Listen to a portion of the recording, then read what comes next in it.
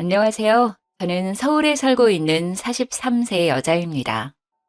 저는 개인이나 기업이 주최하는 크고 작은 행사의 음식을 준비하고 현장을 꾸미고 진행하는 출장 음식 전문 업체를 운영하고 있어요. 벌써 10년이나 되었네요. 규모는 작지만 마음 맞는 직원들과 꾸준하게 꾸려가는 중입니다. 어제가 저희 부모님의 기일이었어요. 제 손으로 직접 부모님이 좋아하셨던 음식을 만들어 산소에 다녀왔지요.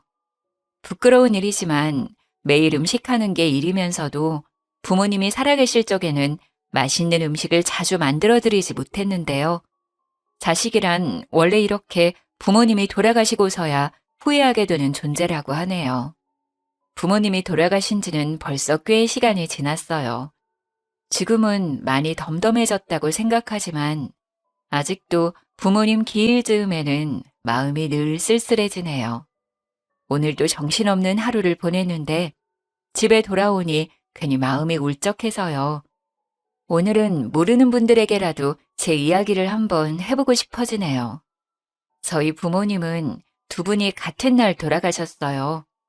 두 분이 뉴질랜드에 여행을 가셨는데 관광 중에 버스가 전복되는 사고가 났어요.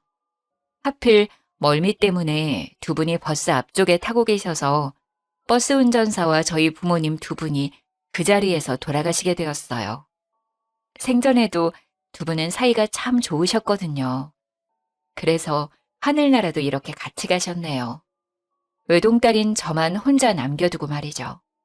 그래도 저에게는 부모님이 남겨주신 넉넉한 재산이 있고 10년을 해도 여전히 재미있고 설레는 제 일이 있어서 씩씩하게 잘 살아가고 있습니다. 그런데 왜 다들 저만 보면 얼른 결혼하라고들 할까요? 혹시 결혼하신 분들 행복하신가요? 결혼한 사람들 이야기 들어보면 행복한 것보다는 힘들고 불행한 이야기가 더 많던데 왜들 그렇게 결혼 하는지 모르겠어요. 사실 외로울 틈도 없지만 저는 아무리 외롭더라도 아무나 하고 결혼할 생각이 조금도 없어요. 저희 부모님도 그걸 원하시지 않더라고요. 그걸 어떻게 알았냐고요?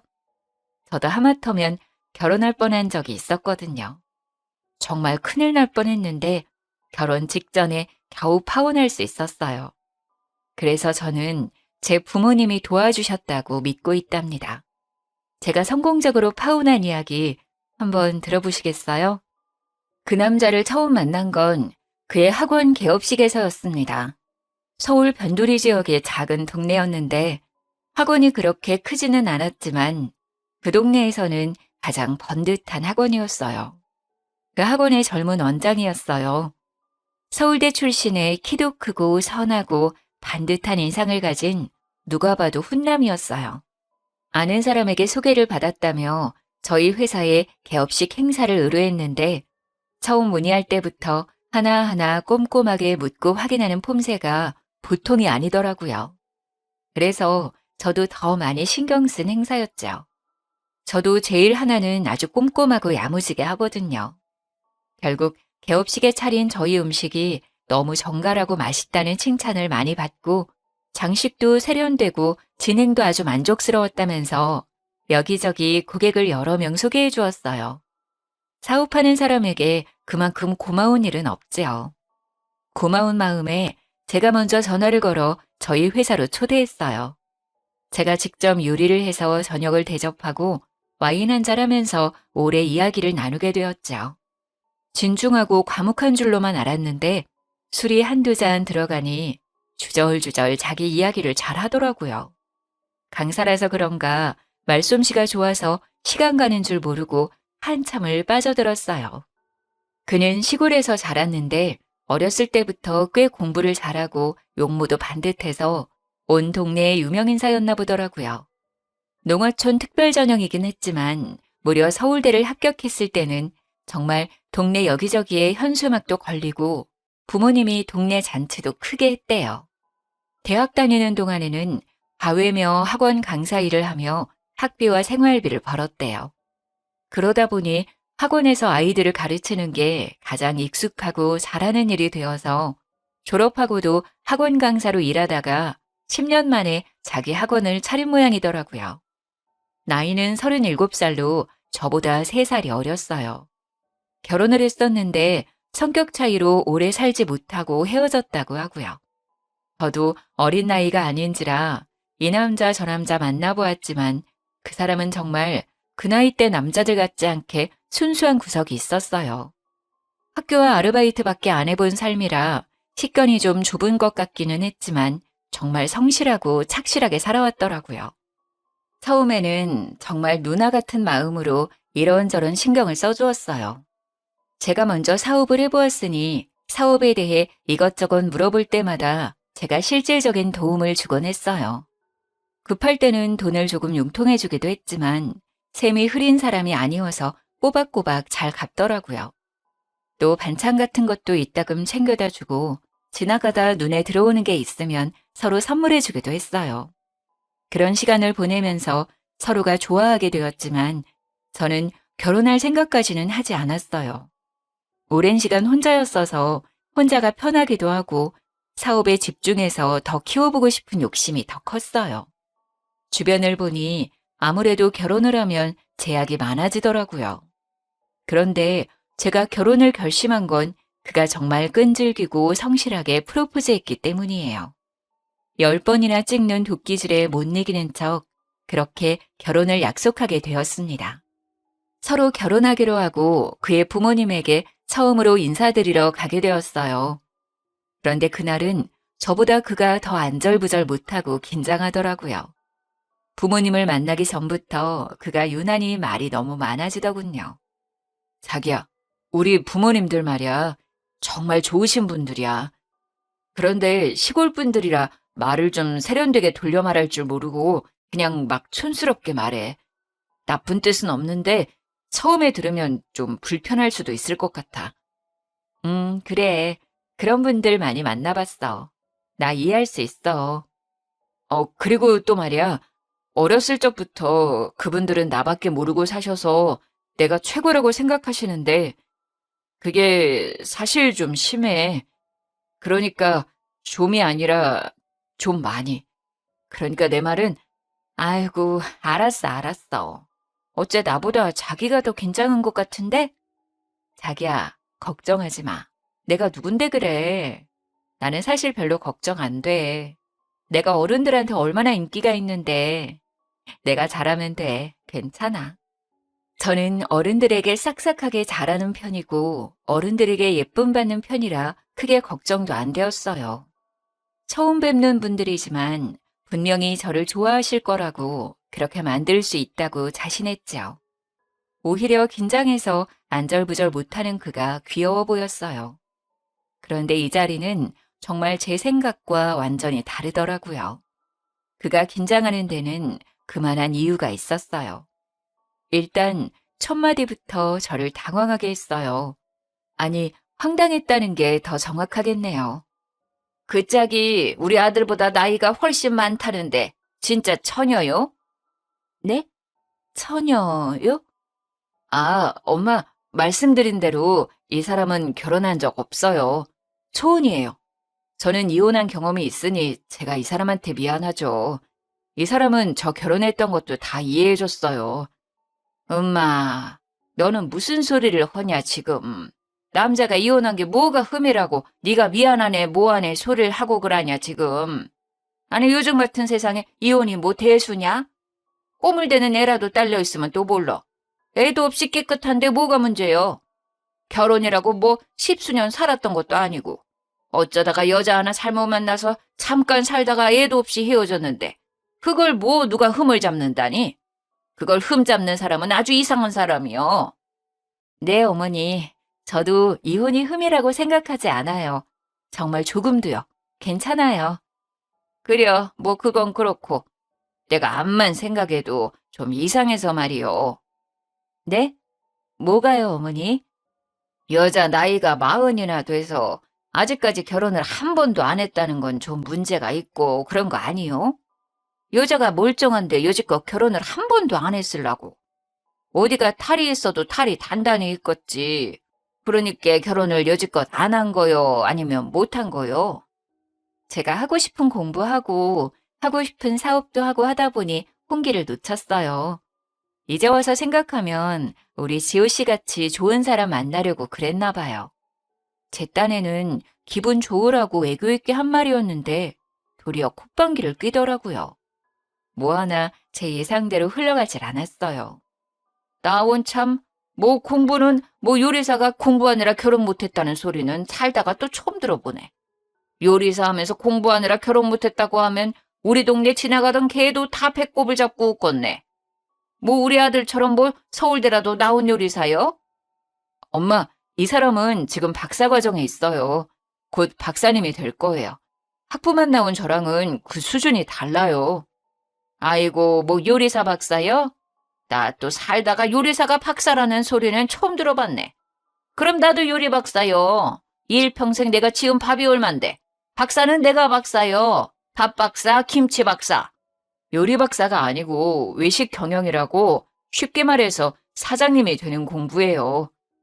아, 요리사 박사인지 사장님 박사인지 그런 건 다 됐고 내가 지금 들어보니까 말 중에 바른 말은 딱 한 가지밖에 없네. 우리 아들 좋은 사람이라는 거. 내가 내 아들이어서 하는 말이 아니라 우리 아들 같은 남자가 세상에 어디가 있나 그래. 키 크지, 얼굴 잘났지, 공부도 잘해, 서울대까지 나왔어야. 지금은 무려 큰 학원의 원장 선생님이요, 원장 선생님. 나이 훨씬 많은 사람들이 원장님, 원장님 하면서 허리를 굽신굽신 한다니까? 말이야 바른 말이지. 이렇게 나이가 40이나 먹은 노처녀가, 그것도 요리사나 하는 여자가 서울대 나온 이런 잘난 남자를 언감생심 어떻게 만나냐고 그래. 아주 땡 잡았지. 조상이 나라를 구했지 아주. 그래. 그런데 그 짝은 뭐 무슨 일을 한다고? 아, 네. 출장 요리를 전문으로 하는 회사를 운영하고 있어요. 행사가 있을 때 음식도 준비하고 행사장도 꾸미고 현장에서 진행도 하고요. 직원이 한 10명 정도 되는데 서로 마음이 잘 맞아요. 규모는 크지 않지만 꾸준히 성장하고 있어요. 그래, 뭐 우리 아들이 해주는 말 들어보니 뭐 남의 집 잔치집이래주는 그런 일이더만. 아이고, 세상이 좋아져서 출장 요리로 회사도 차리네. 옛날에는 가장 없는 사람들이 그 남의 잔치집 가서 일해주고 품삯 받고 그랬지. 우리 엄니도 그 옛날에 그런 일 많이 했구만. 잔치집 가서 하루 종일 빈대떡 부쳐주고 돈 몇 푼 받으면서 우리 떡 얻어다 먹이고 그랬지. 그런 걸 날품 판다 했어, 날품팔이. 도통 말이 안 통하고 기가 차서 한숨만 나왔지만 그래도 일단 꼭 참았어요. 아, 네, 예전에는 그랬죠. 지금은 엄연히 전문직이고 제가 사장이에요. 돈도 잘 벌고 있어요. 그 말에 그때까지 입을 꾹 다물고 앉아만 있던 그의 아버지가 미간을 잔뜩 찌푸리며 역정을 내더라고요. 그 여자가 날품 판다면서 돈을 얼마나 번다고 유세가 유세요.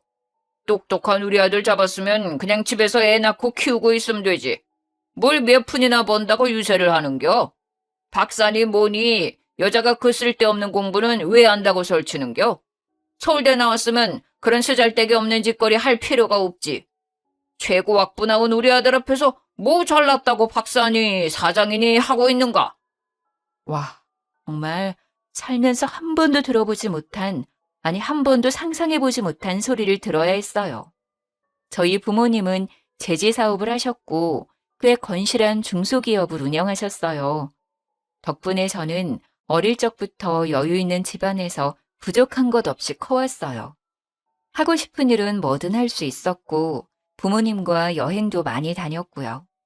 서울 소재의 4년제 대학을 졸업하고 제가 원해서 미국으로 유학을 갔어요. 거기서 세계적으로 유명한 요리학교를 졸업했어요. 요리가 너무 좋았거든요. 한국에 다시 돌아와서는 호텔 레스토랑에서 근무하면서 대학원에 갔고 지금은 외식 경영학 박사과정을 하고 있는 중입니다.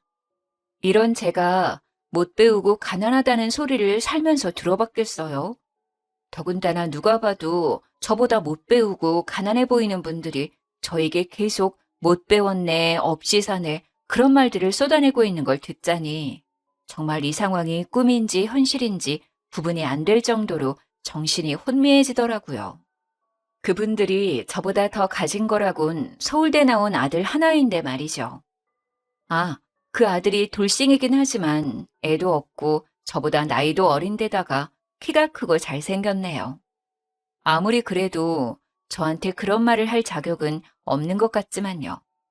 저도 어디 가서 할 말 못하고 당하는 스타일은 아닌데 남친의 부모님, 그것도 결혼을 약속한 사이라 예비 시부모님이라고 생각하니 뭔가 어렵긴 하더라고요. 또 너무 황당하고 너무 상식 밖이라 말문이 막히기도 했고요. 머리가 아프기도 하고 기가 막혀서 화가 나기도 하고 아무튼 엉망진창이었어요. 그래서 그 자리를 대충 마무리하고 일찍 일어났어요. 얼굴이 붉어진 채 식당을 나선 저를 그가 따라 나왔어요. 자기야, 그, 괜찮아? 우리 부모님이 좀 내가 얘기한 대로지? 아니, 자기가 얘기한 것보다 더 심하시더라. 내가 만나본 사람 중에 최악이었어. 한 번도 만나보지 못한 유형이야. 나 지금 너무 혼란스러워. 이 결혼 다시 한번 생각해봐야 할 것 같아. 그러자 그는 사색이 되어서 저에게 매달렸어요. 무릎까지 꿇어가며 사정하더라고요. 아니, 자기야, 그게 무슨 소리야. 내가 미안해. 정말 미안해. 이렇게 내가 무릎 꿇고 빌게. 우리 부모님 대신 내가 용서를 빌게. 정말 나도 우리 부모님이 이럴 때마다 너무너무 괴롭고 창피하고 그래.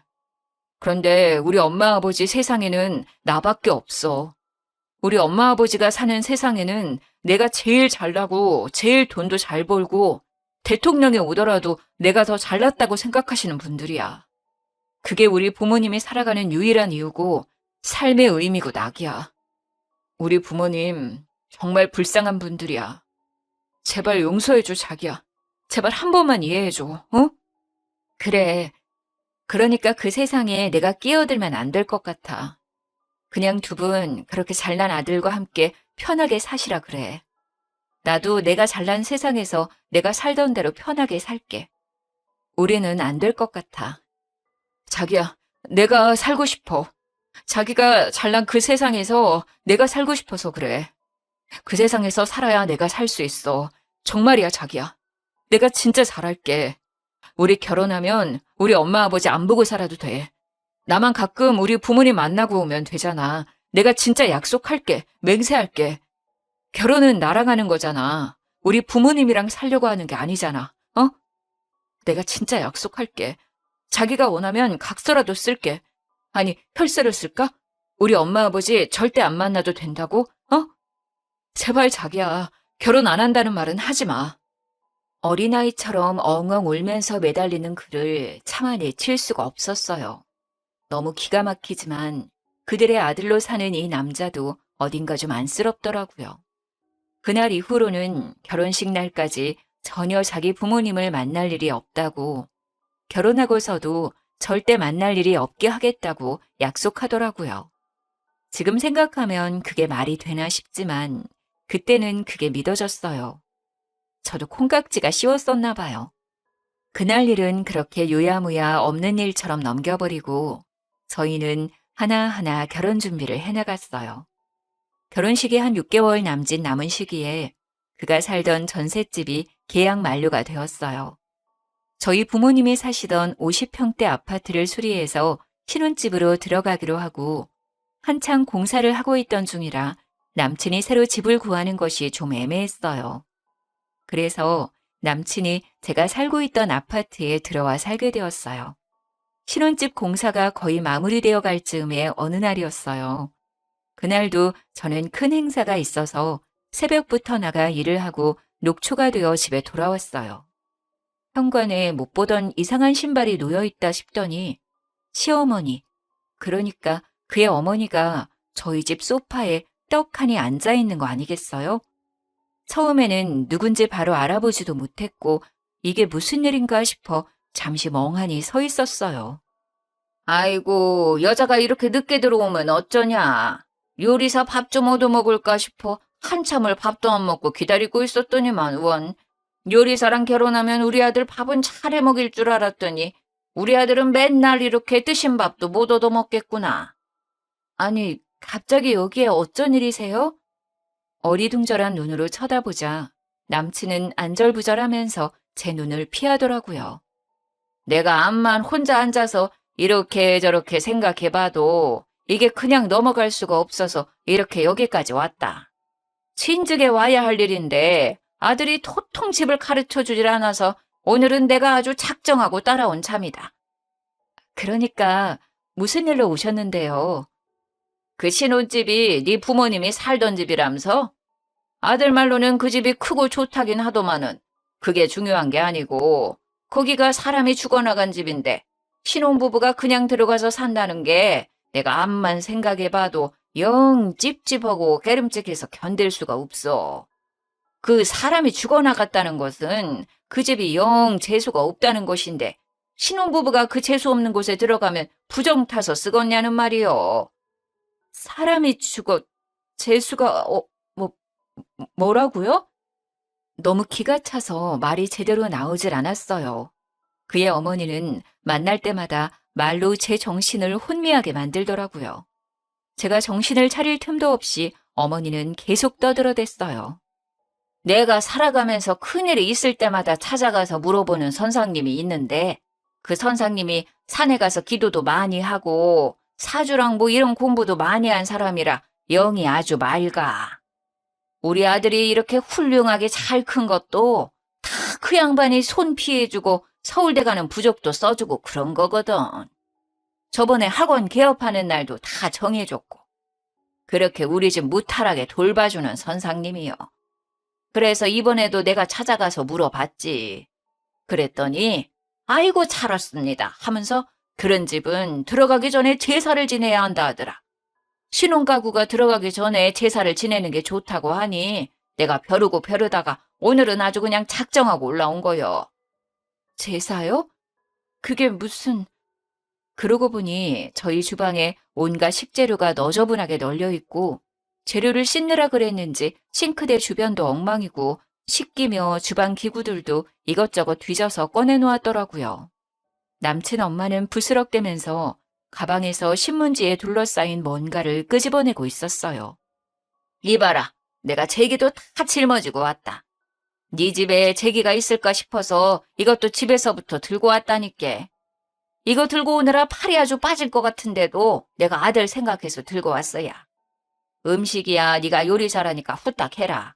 뭐 많이 할 필요 없다. 밥이랑 국이랑 나물 몇 가지 하고 전 좀 부치고 생선 한 마리만 구워서 나랑 들고 거기로 가자. 시간이 좀 늦었지만은 원래 제사는 늦은 시간에 지내야 귀신들이 좋아한다. 쉴 새 없이 떠들어대는 그 말도 안 되는 소리에 머리가 아프기 시작했어요. 손가락 하나 까딱하기도 싫은 상태라 말 상대하기도 귀찮았고요. 그래서 방으로 들어가려는데 방문 위에 이상하게 붙어 있었어요. 노란 종이에 빨간색으로 글씨가 휘갈겨 있는 그 말로만 듣던 부적이더라고요. 아니 세상에, 이건 또 뭐예요? 이게 왜 여기 붙어 있는 거죠? 아, 그거 말이다. 내가 네 사주를 딱 넣고 그 선상님한테 물어봤지 않겠니? 그랬더니 네가 기가 솔찬히 세더라. 네가 기가 너무 세서 네 부모님도 잡아먹은 형상이란다. 그래서 너랑 결혼을 하면 우리 아들이 기를 못 편단다. 그래서 네 기를 좀 죽일 필요가 있겠더라. 이거 아주 비싼 부적인데 내가 니들 좋으라고 수십 개를 써왔다는 거 아니냐. 이런 거 챙겨주는 사람이 없다. 엄마니까 챙겨주지.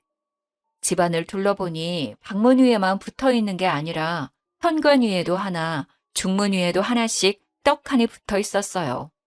너무 머리가 아파서 방으로 들어와 침대에 털썩 누웠는데 베개가 불편해서 뒤져보니 베개 속에서도 부적이 나왔어요. 어이가 없어 다른 데는 없나 뒤지고 있는데 방 밖에서 어머니가 뻔뻔하게 부르더라고요. 야야, 얼른 옷 갈아입고 나오너라. 음식 준비해야지. 우리 아들 피곤하다. 후딱 준비해서 너랑 나랑 갔다 오자. 방 안을 뒤지다가 뭔가 이상한 느낌이 들어 옷장 서랍을 열어보니 내이랑 양말 사이에도 부적이 들어있더라고요. 더 소름 끼치는 건 손가락만한 부적이 내이 뒤쪽에 바느질되어 있는 것이었어요. 저를 따라 주춤주춤 방으로 따라 들어온 그는 역시나 안절부절하면서 저를 쫓아다녔어요. 자기야, 미안해 정말. 놀랬지. 그동안 내가 열심히 막아봤는데 오늘 엄마가 이렇게 집까지 따라오실 줄은 몰랐어. 엄마가 시골 사람이라 미신을 엄청 중요하게 생각하거든. 나는 살면서 워낙 이런저런 일들을 많이 겪어서 그냥 그런가 보다 하고 넘기는데 자기는 이런 거 처음이지. 그래서 좀 놀랐지? 그래, 처음 보는 사람은 좀 놀랄 거야. 저는 어이가 없어 옷들을 들어보이면서 말했어요. 이게 그냥 놀랄 일은 아닌 것 같은데? 이게 제정신으로 할 일이야? 그렇지. 놀라기도 하고 기분도 엄청 나쁘고 막 그럴 거야. 내가 손대지 말라고 하는데도 엄마가 워낙 막무가내라서 이게 옳다고 믿으시니까 이 부분에서는 말이 잘 안 통해. 그치만 사실 이거 다 우리 잘 되기를 바라는 마음에서 그러시는 거야. 이게 좀 이상해 보이고 말이 안 되는 건 맞지만 엄마 마음을 봐주면 그냥 이해가 되기도 해. 그냥 자식 잘 되길 바라는 마음이야. 자기야, 진짜 그냥 한 번만 이해해주면 안 될까? 그냥 엄마 하자는 대로 한 번만 해주면 엄마 마음이 편해지고 그럼 모든 게 다 수월해져. 한 번만 우리 엄마 말 들어주면 내가 모든 걸 다 할게. 내가 죽을 때까지 자기한테 잘할게. 자기가 죽으라면 죽는 신용도 할게. 응? 응? 나도 없는 내 집에 자기들 마음대로 들어와서 이것저것 만지고 난리를 쳐놓은 것도 열받지만 내가 우리 부모님을 잡아먹었네. 사람이 죽어나간 집이라 재수가 없네 했던 말들이 자꾸 떠오르면서 피가 거꾸로 솟는 기분이 들더라고요. 거기에 이 남자가 떠들어대는 한 번만 이해해달라는 말도 도저히 더 이상은 들어줄 수가 없었어요. 앞으로도 이런 일이 있을 때마다 이 남자는 언제나 한 번만 이해해달라고 하겠더라고요. 결국 엄마를 이기지 못하는 착한 아들이니까요. 베개도 다 뒤집고 옷장도 다 뒤집고 온 방안을 이잡듯 뒤져서 부적을 샅샅이 다 찾아냈어요.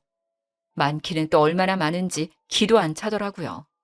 또 집안 곳곳에 붙어있는 부적도 다 떼어내서 어머니 앞에 가져가 박박 찢었어요. 어머니는 자리에서 벌떡 일어나 떨어진 조각을 손으로 주워 담으면서 거의 울부짖었어요. 야, 이 못돼 먹은 년 같은 이라고. 이게 얼마짜린데. 내가 이걸 얼마를 주고 써왔는데 귀한 줄도 모르고 이 난리야. 아이고, 죽 써서 개 줬네, 개 줬어. 이렇게 여자 같으세니 지 부모도 잡아먹고 결국 지 남편도 잡아먹지. 이 부적뿐 아니라 당신들도 다 찢어버리고 싶은 마음이니까 지금 당장 내 집에서 나가요. 당신도 나가. 내 앞에 다시는 나타나지 마. 다시는 보고 싶지 않으니까.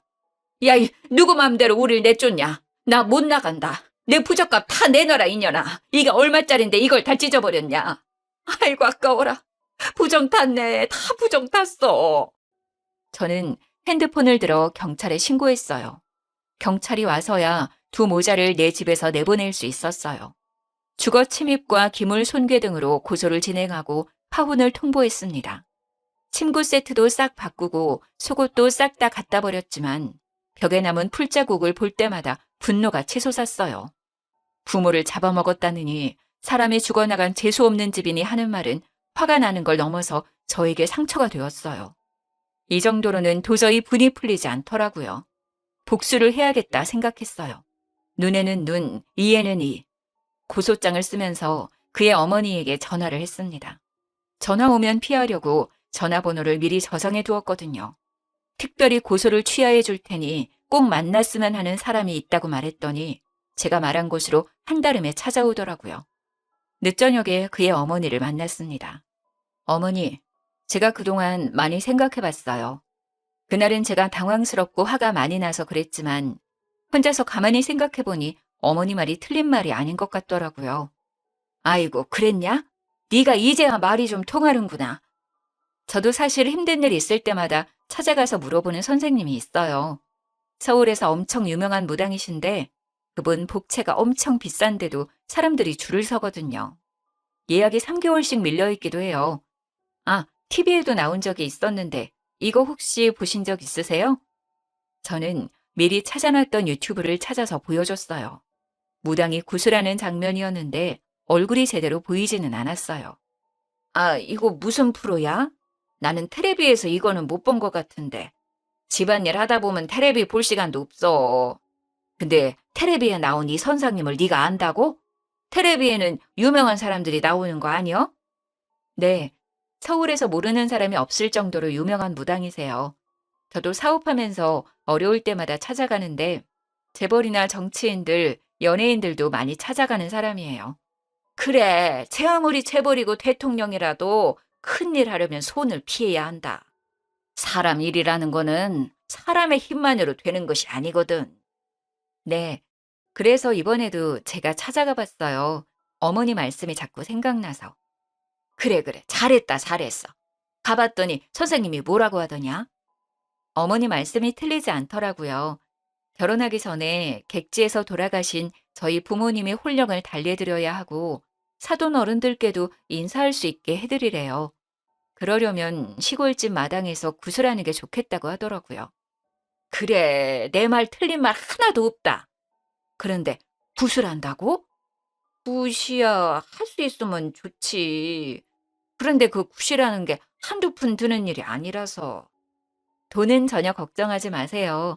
어머니는 그냥 집 마당만 내어주시면 돼요. 나머지는 다 제가 알아서 준비할 거예요. 저희 결혼을 위한 일이고 무엇보다 제 부모님 일이잖아요. 마당만 내어주시면 나머지는 제가 다 준비해서 선생님 모시고 내려갈게요. 아유, 그래. 마당 내주는 일이 무엇이 어렵겠니? 오늘 가서 마당에 지저분한 것들 좀 치워야 쓰겄다. 아참, 그런데 어머니, 한 가지 꼭 지켜야 할 것이 있다고 해요. 저는 짐짓 소리를 낮추며 말했어요. 비밀이라도 말하는 것처럼요. 뭔데 그려? 지우 씨는 이 굿판에 있으면 절대 안 된대요. 지우 씨는 영혼이 너무 순수한 사람이라 굿판에 있으면 부정을 타서 앞으로 내내 재수 없을 거라고 하더라고요. 아이고, 그래, 그래. 그거 말이 된다. 우리 아들이 진짜 순백이다, 순백. 세상에 그렇게 순수한 사람이 없다. 그게 속이 피단결이라 잡귀들이 쉽게 볼 수 있지. 그건 말이 된다. 그런 일이 있으면 안 되지. 우리 아들이 어떤 아들인데 부정 타면 안 되지, 그럼. 네네. 그러니까 이건 저희끼리만 진행하는 거예요. 절대로 지호 씨에게 말하시면 안 돼요. 아버님한테도 잘 말씀해 주세요. 이건 지호 씨에게는 비밀이라고요. 그럼 내가 절대 말 안 할 것이요. 내가 여기다 작고를 꽉 채워버릴 것이요. 그리고 아들 아버지는 굿할 때 내보낼 거다. 남자들은 그런 일 할 때 옆에 있으면 방해가 되지 쓸모가 없어. 어차피 하루 종일 밭에 가서 일하는 양반이니 그 양반은 신경 쓸 것 없다. 그렇게 돌아와서 저는 제가 다니고 있던 학교의 연극영화과에 연락을 했죠. 배우를 몇 명 섭외하고 극작가의 도움을 받아서 시나리오도 짰어요. 의상과 소품도 준비하고 연습까지 하면서 아주 철저하게 준비했어요. 드디어 굿판을 벌리는 날이 되었어요. 굿판이 벌어진다고 하자 동네 사람들이 하나둘씩 모여들어 구경하더라고요. 풍악을 울리고 무당이 칼을 들고 춤을 추고 굿판이 절정에 이르렀을 때 무당의 눈빛이 변하면서 아기 흉내를 내기 시작했어요. 예전에 그와 이야기를 나누다가 그가 태어나기 전 막달이 다 되어 사산된 형이 있었다는 이야기를 들은 적이 있거든요. 그 이후로 한참 만에 그가 들어선 거라며 부모님이 더 애지중지 귀하게 키웠다고 했어요. 거기서 소재를 얻어 시나리오를 짠 거예요. 엄마, 나왔어. 나 기억하지? 엄마, 나 보고 싶었어? 나는 엄마가 너무 보고 싶었어. 엄마, 나 잊어버린 건 아니지? 엄마가 날 잊어버리면 안 되지. 내가 엄마 때문에 여기 있는데. 두 손을 연신 비벼가면서 기도를 하던 어머니는 갑자기 얼굴이 새하얗게 질려버렸어요. 엄마 조상들이 너무 나쁜 사람들이야. 너무 나쁜 짓을 많이 했어. 며느리 굶기고 때리고 구박하고 아기가 있는데도 일을 많이 시켜서 뱃속에서 죽은 아기들도 너무 많아. 엄마 젖을 못 먹어서 여기 온 아기도 봤어. 엄마, 그 사람들은 너무 죄를 많이 지어서 아직도 저승에서 벌 받고 있다. 나는 아기라서 거기 있지는 않아. 거긴 너무 무서워. 나는 거기 가기 싫어, 엄마. 그래도 나는 엄마 뱃속에 있는 동안 엄마 죄를 받아서 나도 좋은 곳에는 못 갔어. 엄마 죄가 많아서 나는 세상에 나오지도 못하고 여기로 왔어. 참, 엄마, 내 동생 어디 있어? 내 동생 몸에 들어가서 나도 세상에서 살아보고 싶어. 내 동생 어디 갔어? 안 돼, 야. 너 네 동생한테 그러지 말어. 걔는 여기 없어. 그러지 말어. 내가 빌게. 이렇게 빌게. 어머니는 사색이 되어서 두 손을 모아 싹싹 빌었어요. 엄마, 왜 나를 위해서는 기도도 안 했어? 나는 엄마 죄 받아서 세상에도 못 나왔는데 내 동생은 엄마 사랑 듬뿍 받고 잘 살았지. 나는 여기에 이렇게 와 있는데. 내가 이거 하나 알려줄까? 내 동생 결혼시키지 마. 엄마 죄가 많아서 동생이 결혼을 하면 애기도 안 생기고 여자는 엄마 때문에 또 도망갈 거야. 애를 낳으면 그 애가 또 엄마 죄를 받게 되니까 애 낳으면 안 돼. 절대 안 돼. 시어머니는 얼굴이 벌개져서 연신 잘못했다고 빌었어요. 아이고, 잘못했어요. 잘못했습니다. 용서해 주세요, 천지신령님. 잘못했습니다. 제가 다 잘못했습니다. 아이고, 용서해 주세요, 천지신령님. 제가 잘못했습니다. 우리 아들 죄 주지 마세요. 동네 사람들은 그 모습을 보면서 수군대더라고요. 아이고야, 서울에서 유명한 무당이라더니 진짜 용한가벼. 그전에 며느리도 아들이랑 그렇게 둘 사이는 좋았는데 여기만 오면 그렇게 울고 싸우고 하다가 이혼했잖아. 애도 앵간히 안 들어선다고 그러더라고. 아이고, 그려. 그거 맞는 말이요. 그 양반한테 아들이 너무 귀하고 잘난 아들이잖아. 며느리한테는 좀 박했지. 그이도 참하고 이뻤는데. 에이구, 조상이 죄가 많아 그랬구만. 아유, 저 조상도 며느리를 구박했다잖아. 집안 내력이구만. 하기사 그 시절에 며느리 구박 안 한 집이 어디 있겠냐마는 그 시절에 시집살이 고됐지. 시자 들어가서 나도 시금치 안 먹어. 저 무당 말하는 거 들어봐봐. 며느리 구박하면 저승 가서 벌 받는 데잖아. 아이고, 우리 시엄니도 저승 가서 고생 좀 하고 있겠네. 어이구, 호랭이 같은 양반. 그렇게 생전에 마음을 굳게 쓰야 저승 가서도 편한겨. 내가 이 나이가 돼도 우리 시엄니한테 시집살이 한 거 생각하면 아직도 분하고 속이 상해. 그래서 나는 며느리한테 엄청 잘해줄 건데 아직 며느리가 없어서 한이네. 우리 아들놈은 언제나 상가를 갈 건가 몰라.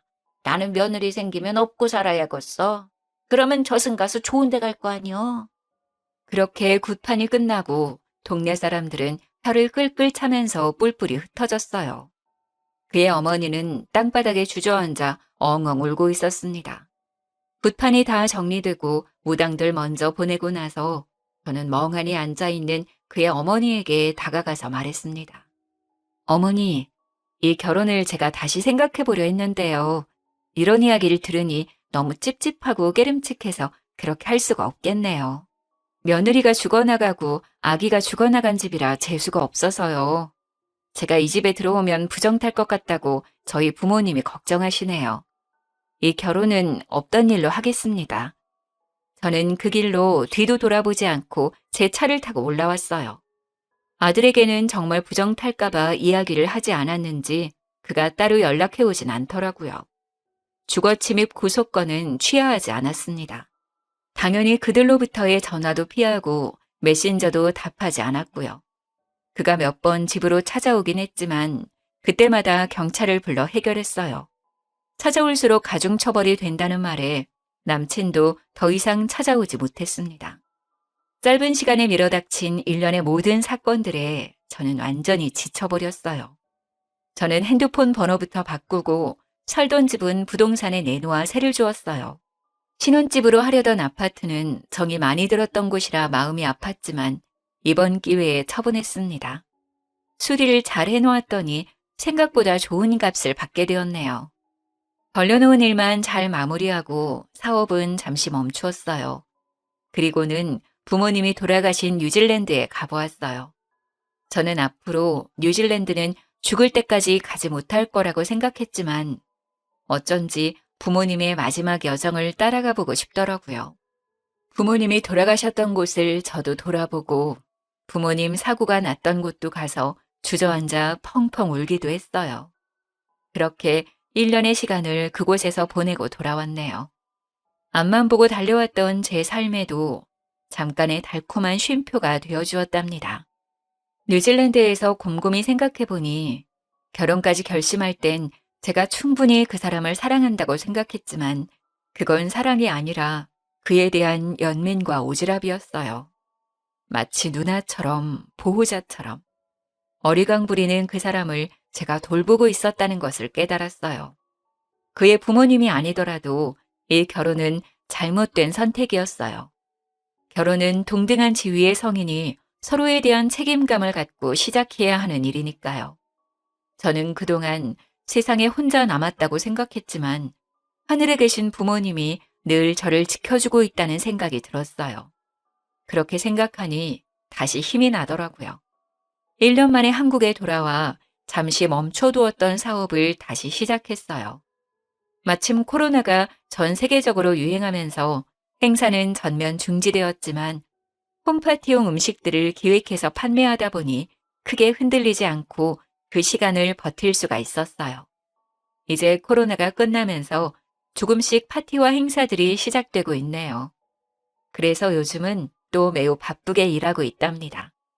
하늘에서도 늘 함께해 주시는 우리 부모님, 저를 믿고 따라주는 우리 직원들, 저희 음식을 좋아하고 찾아주는 고객들, 나를 사랑해주는 친구들, 이렇게 좋은 사람들과 즐거운 시간을 함께 하는데도 시간이 모자라네요. 저 이렇게 멋지고 씩씩하게 잘 살고 있으니 결혼 같은 거 안 해도 되겠죠? 지금까지 제 사연 들어주셔서 감사합니다.